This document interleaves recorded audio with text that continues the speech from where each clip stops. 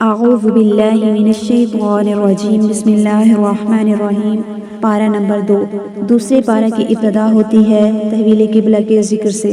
اصل میں مدینہ منورہ تشریف لانے کے بعد نبی علیہ السلام تقریباً 16 ماہ تک بیت المقدس کی طرف منہ کر کے نماز پڑھتے رہے، لیکن آپ کی دلی خواہش یہ تھی کہ کعبہ کو مسلمانوں کا قبلہ قرار دیا جائے۔ اللہ تعالیٰ نے تحویل قبلہ کا حکم نازل فرما دیا۔ تحویل قبلہ کا حکم نازل ہونے کے بعد یوں تو مشرکوں اور منافقوں نے بھی بے بنیاد اعتراضات اٹھائے، لیکن اس معاملے میں یہود پیش تھے اور وہ بظاہر بڑے تعجب سے بڑی حقیقت میں عناد کی بنا پر کہتے تھے کہ انہیں کس چیز نے اس قبلہ سے پھیر دیا جس کی طرف رخ کر کے یہ پہلے عبادت کیا کرتے تھے۔ اللہ تعالیٰ نے اپنے نبی کو حکم دیا کہ آپ فرما دیجئے کہ ساری سمتیں خواہ مشرق ہو یا مغرب اللہ ہی کی ہیں، بس اسے اختیار ہے کہ جس سمت کو چاہے قبلہ مقرر فرما دے۔ گویا یوں کہا گیا کہ ساری سمتیں اللہ تعالیٰ کی ملکیت میں ہیں، کسی بھی سمت کو دوسری سمت پر اپنی ذات کے اعتبار سے کوئی فضیلت حاصل نہیں ہے، نہ ہی کوئی سمت خود قبلہ بننے کی صلاحیت رکھتی ہے، بلکہ وہ اللہ کے حکم سے قبلہ بنتی ہے۔ لہٰذا طویل قبلہ کے بارے میں ان کے اعتراضات کی کوئی حقیقت نہیں۔ یوں بھی اصل اہمیت کسی سمت کی طرف توجہ کو نہیں، بلکہ اصل اہمیت اللہ کی طرف توجہ حاصل کرنے کو ہے۔ ان آیات کے مطالعے سے اللہ تعالیٰ کے ساتھ حضرت محمد صلی اللہ علیہ وسلم کا حسن ادب بھی ظاہر ہوتا ہے کہ آپ شدت اشتیاق اور انتظار وحی میں بار بار آسمان کی طرف اپنی مبارک نگاہیں اٹھاتے تو تھے، مگر تحویل قبلہ کا سوال نہیں کرتے تھے۔ شاید اللہ کا فیصلہ اس کی رضا عدم تحویل ہی میں ہو۔ شاید اسی مناسبت سے اللہ تعالیٰ نے تحویل قبلہ کا حکم دینے کے فوراً بعد اہل ایمان پر اس نعمت عظمیٰ کا ذکر فرمایا ہے کہ جو انہیں سراج منیر اور بشیر نذیر حضرت محمد صلی اللہ علیہ وسلم کی صورت میں عطا ہوئی۔ مستقل قبلہ کا تعین بھی اللہ تعالیٰ کا بہت بڑا احسان ہے۔ تحویل قبلہ کی بحث کو سمیٹتے ہوئے آخری اور فیصلہ کن بات یہ ارشاد فرمائی گئی کہ اس کا حاصل یہ ہے کہ حقیقی نیکی کا معیار مشرق و مغرب کی طرف رخ کرنا نہیں، بلکہ حقیقی نیکی کا معیار یہ ہے کہ عقائد، اعمال، معلومات اور اخلاق سب کا رخ صرف اور صرف اللہ کی رضا کے لیے ہونا چاہیے۔ چہرے کا رخ ہی نہیں بلکہ دل اور پوری زندگی کا رخ بھی بدلنا ہوگا اللہ کی رضا کے لیے۔ ارشاد ہوتا ہے کہ مشرق و مغرب کی طرف منہ کر لینا ہی نیکی نہیں بلکہ حقیقی نیکی تو یہ ہے۔ اس آیت کریمہ کو علماء کرام نے بڑی اہمیت دی ہے اور اس سے کم و بیش 16 فوائد اخذ کیے گئے ہیں۔ اس آیت کریمہ سے یہ بھی ثابت ہوتا ہے کہ دین اسلام محض چند ایسی مذہبی رسوم کا نام نہیں جنہیں عبادت خانے یا خانقاہ میں ادا کیا جاتا ہے، بلکہ اس دین کا تعلق زندگی کے ہر شعبے میں سے ہے، ہر جگہ انسان کے ساتھ رہتا ہے، گھر ہو یا بازار، مسجد ہو یا مدرسہ، سیاست ہو یا حکومت، تجارت ہو یا معاشرت، یہ مسلمان کی ہر جگہ نگرانی کرتا ہے۔ مسلمان پر لازم ہے کہ ہر قدم اسے دیکھ کر اٹھائے۔ اس آیت کریمہ کو آیت بر کہا جاتا ہے۔ اس کے بعد جو احکام و مسائل بیان کی گئے ہیں انہیں ابواب بر کہا جاتا ہے۔ گویا پہلے اجمالی طور پر نیکی کے اصول بتانے کے بعد آگے ان کی جزوی تفصیلات اور احکام کا ذکر کیا گیا ہے۔ یہ احکام مسلمانوں کی معاشی، معاشرتی، تجارتی اور ازواجی اور جہادی زندگی سے تعلق رکھتے ہیں۔ یہ احکام ہم اختصار کے ساتھ ذکر کرتے ہیں۔ ان میں سے 2 حکم ایسے ہیں جو آیت بر سے پہلے ذکر ہو چکے ہیں۔ چونکہ زمانہ جاہلیت میں صفا و مروہ پر 2 بت رکھے ہوئے تھے جن کی مشرکین عبادت کرتے تھے، اس لیے اسلام قبول کرنے کے بعد صحابہ کرام رضوان اللہ علیہم اجمعین صفا و مروہ کا طواف کرنے سے بچتے تھے، اس لیے فرمایا گیا کہ ان کا طواف کرنے میں کوئی حرج نہیں۔ مشرکین از خود بعض چیزوں کو حلال اور بعض چیزوں کو حرام ٹھہراتے تھے۔ ان کی تردید کرتے ہوئے فرمایا گیا کہ حرام وہ چیزیں ہیں جنہیں تم حرام کہتے ہو، بلکہ اللہ تعالیٰ نے تو صرف ان چیزوں کو حرام کیا ہے: مردار، بہتا ہوا خون، خنزیر کا گوشت اور ہر ایسا جانور جس پر اللہ کے سوا کسی اور کا نام پکارا گیا ہو۔ البتہ جو شخص بھوک سے مجبور ہو کر ان میں سے کوئی چیز کھا لے تو اسے کچھ بھی گناہ نہیں ہوگا، لیکن شرط یہ ہے کہ کھانے سے مقصد حصول لذت نہ ہو، نہ ہی قدر ضرورت سے تجاوز کرے۔ واقعی اللہ تعالیٰ بڑا غفور الرحیم ہے۔ شریعت اسلامی کی بنیاد عدل پر ہے، اس لیے مسلمانوں پر قصاص فرض کیا گیا ہے، یعنی مقتول کے بدلے قاتل کو بھی قتل کیا جائے گا، چاہے مقتول اور قاتل کے درمیان سماجی، خاندانی، مالی، جسمانی اعتبار سے کتنا ہی فرق کیوں نہ ہو۔ قصاص میں زندگی ہے، قاتل کی بھی اور مقتول کی بھی۔ جب قاتل کو اپنے جرم کی سزا ملنے کا یقین ہوگا تو وہ شدت غضب کے باوجود اپنے ہاتھ قتل سے روک لے گا۔ اس کے روکے جانے سے مقتول اور قاتل بلکہ ان کا خاندان بھی قتل و قتال سے بچ جائے گا۔ اسلام نے قتل کی سزا میں رحمت اور عدل دونوں چیزوں کو جمع کر دیا ہے۔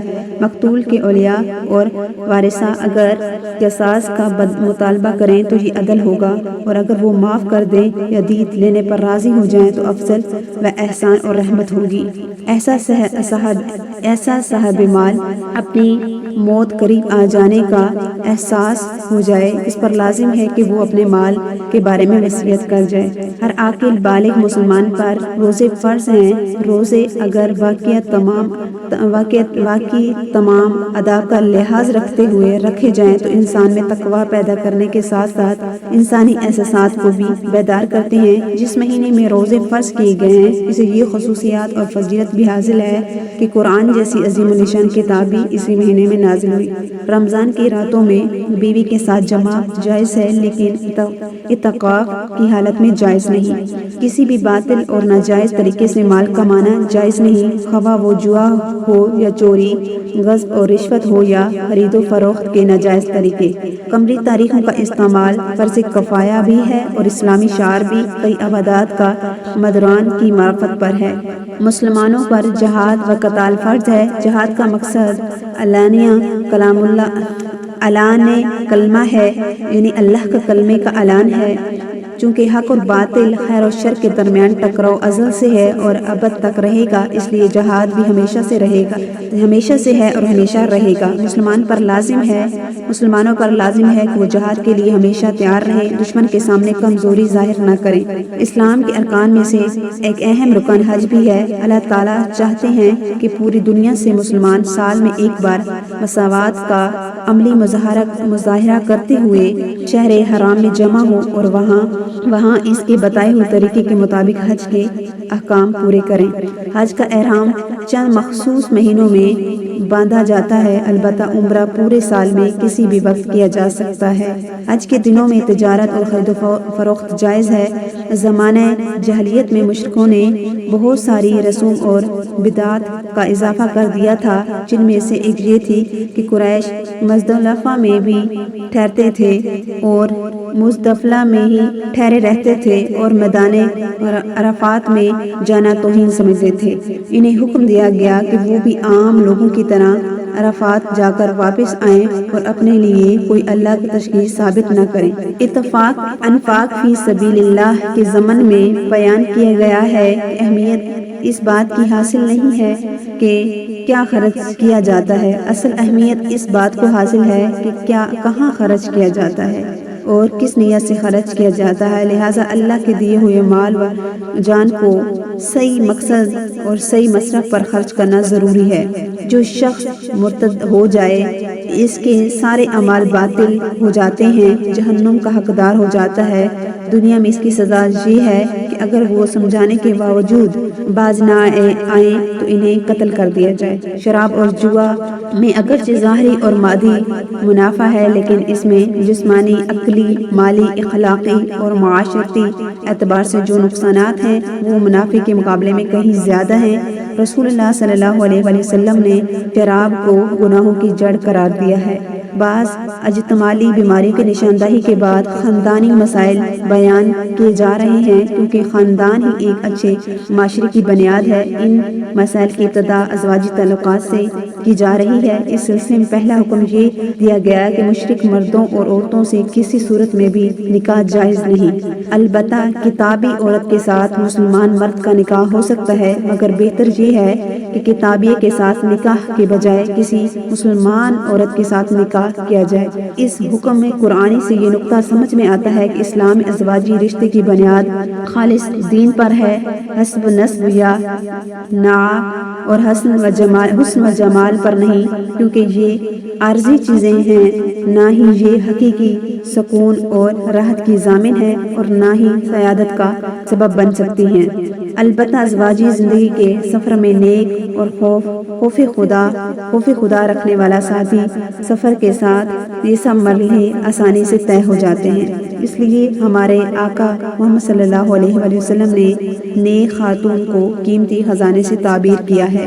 حالت حیض میں بیوی کے ساتھ جمع جائز نہیں، کیونکہ حیض کے خون میں ایسی نجاست اور ایسی جراثیم پوشیدہ ہوتے ہیں جس کی وجہ سے میاں بیوی دونوں کی صحت خطرے میں پڑ سکتی ہے۔ البتہ آپس میں بوس و کنار، اٹھنے بیٹھنے، کھانے پینے کی اجازت ہے، جبکہ یہودی اس کی بھی اجازت نہیں دیتے تھے۔ نصارہ جمع کرنا بھی برا نہیں سمجھتے تھے۔ گویا اسلام نے دوسرے بہت سارے معاملات کی طرح حیض کے معاملے میں بھی افراط و تفریط کی بجائے اعتدال کی راہ اختیار کی۔ اگر کسی شخص نے قسم کھا لی کہ وہ 4 ماہ تک اپنی بیوی کے قریب نہیں جائے گا تو 4 ماہ گزرنے پر خود بخود طلاق واقع ہو جائے گی۔ البتہ اگر اس نے رجوع کر لیا تو نکاح باقی رہے گا، لیکن قسم کا کفارہ اس پر لازم ہوگا۔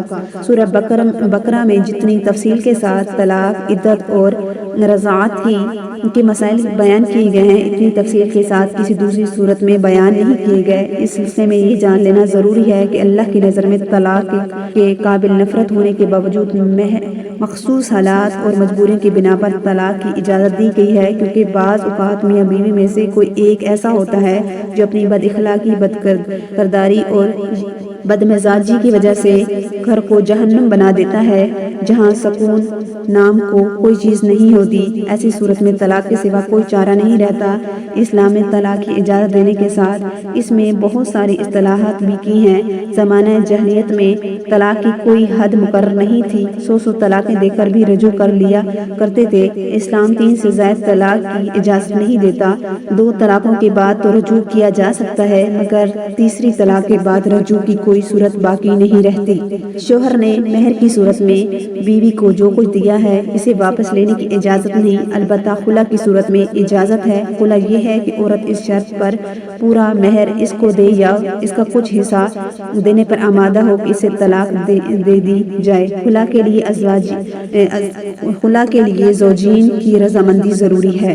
اگر طلاق یافتہ عورت کسی دوسرے مرد سے نکاح کر لے مگر کسی وجہ سے اس کے ساتھ بھی نباہ نہ ہو سکے تو اس سے طلاق لینے کے بعد پہلے شوہر سے نکاح کر سکتی ہے۔ اسے حلالہ کہا جاتا ہے۔ آج کل حلالہ کے نام پر جو ڈرامہ رچایا جاتا ہے، اس کے کرنے اور کرانے والے دونوں پر حدیث میں لعنت کی گئی ہے۔ طلاق کے بعد عورت کو محض اذیت سے دوچار کرنے کے لیے رجوع کرنا جائز نہیں، کیونکہ اسلام عدل اور احسان کا دین ہے جو کہ کسی پر بھی ظلم کی اجازت نہیں دیتا، وہ بچہ ہو، بڑا ہو، چھوٹا ہو، بڑا ہو، عورت ہو یا مرد ہو۔ اس لیے اسلام نے دودھ پیتے بچے کے حقوق بھی بیان کیے ہیں۔ آج تو پوری دنیا میں ڈھنڈورا پیٹا جا رہا ہے کہ ماں کے دودھ کا کوئی نعم البدل نہیں، مگر اسلام نے اس وقت ماؤں کو اپنے بچوں کو دودھ پلانے کا حکم دیا تھا جب پوری دنیا جہالت کی تاریکی میں ڈوبی ہوئی تھی اور ماں کے دودھ کی افادیت کسی کو معلوم نہ تھی۔ اگر بالفرض میاں بیوی میں جدائی واقع ہو جائے تو بھی دودھ پیتے بچے کی پرورش اور اسے دودھ پلانے کا زیادہ حق ماں ہی کو حاصل ہے۔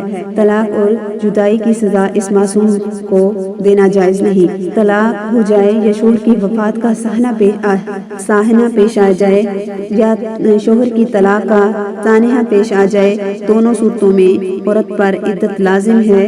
عدت طلاق 3 حیض جبکہ عدت وفات 4 ماہ 10 دن ہے۔ جو عورت زمانہ عدت میں ہو اور اسے نکاح کے بارے میں عہد و پیمانہ لینا منع ہے، البتہ دل میں خواہش رکھنے اور اشارہ کلام میں اپنی خواہش کے اظہار کی اجازت ہے۔ خاندان اور معاشرے کی اصطلاح اپنی جگہ بے حد اہمیت رکھتی ہے، لیکن اس کے لیے حق اور حق کے انصار اور روان کی بقا ضروری ہے۔ جہاد کا مقصد حق اور حق کے علمداروں کی بقا ہے، اس لیے قرآن کریم میں جہاد پر بڑا زور دیا گیا ہے۔ موت کے ڈر سے جہاز سے راہ فرار اختیار کرنے والوں کی شدید مزاحمت کی گئی ہے۔ بعض مقامات پر اس حوالے سے بہت سے قصے بھی ہیں۔ یہاں دوسرے پارے کے اختتام پر بھی 2 قصے مرکوزہ ہیں۔ پہلا قصہ ایسی قوم کا ہے جو طاعون کی بیماری پھیل جانے کے بعد موت کے ڈر سے گھروں کو چھوڑ کر بھاگ کھڑی ہوئی تھی، لیکن یہ فرار انہیں موت سے نہ بچا سکا۔ اس قصے سے یہ سبق ملتا ہے کہ کوئی تعبیر انسان کو تقدیر سے نہیں بچا سکتی۔ دوسرا قصہ بنی اسرائیل اور حضرت طالوت کا ہے، جن کی قیادت میں جہادی صفات سے مالا مال تھوڑے سے لشکر نے اپنے سے کئی گنا بڑے لشکر کو شکست دے دی۔ یہ قصہ ایسا تھا کہ خود بنی اسرائیل کے بھی صرف خواص ہی کے علم میں تھا، عوام سے بے خبر تھے، عوام اس سے بے خبر تھے۔ نبی امی حضرت محمد صلی اللہ علیہ وسلم کی زبان اقدس سے تاریخ کی اس بھولی بصری داستان کا بیان ہو جانا اس بات کی دلیل ہے کہ آپ کا رابطہ اس ذات سے ہے جس کی نظر سے تاریخ کی کوئی کڑی بھی اوجھل نہیں، اور یہ کہ آپ واقعہ سچے رسول ہیں۔ اس لیے اس قصے کے آخر میں فرمایا گیا ہے کہ اللہ تعالیٰ کی آیات ہیں جو ہم آپ کو ٹھیک ٹھیک پڑھ کر سناتے ہیں، بلا شبہ آپ ہمارے رسولوں میں سے ہیں۔ اسی آیت پر دوسرے پارے کا اختتام ہو جاتا ہے۔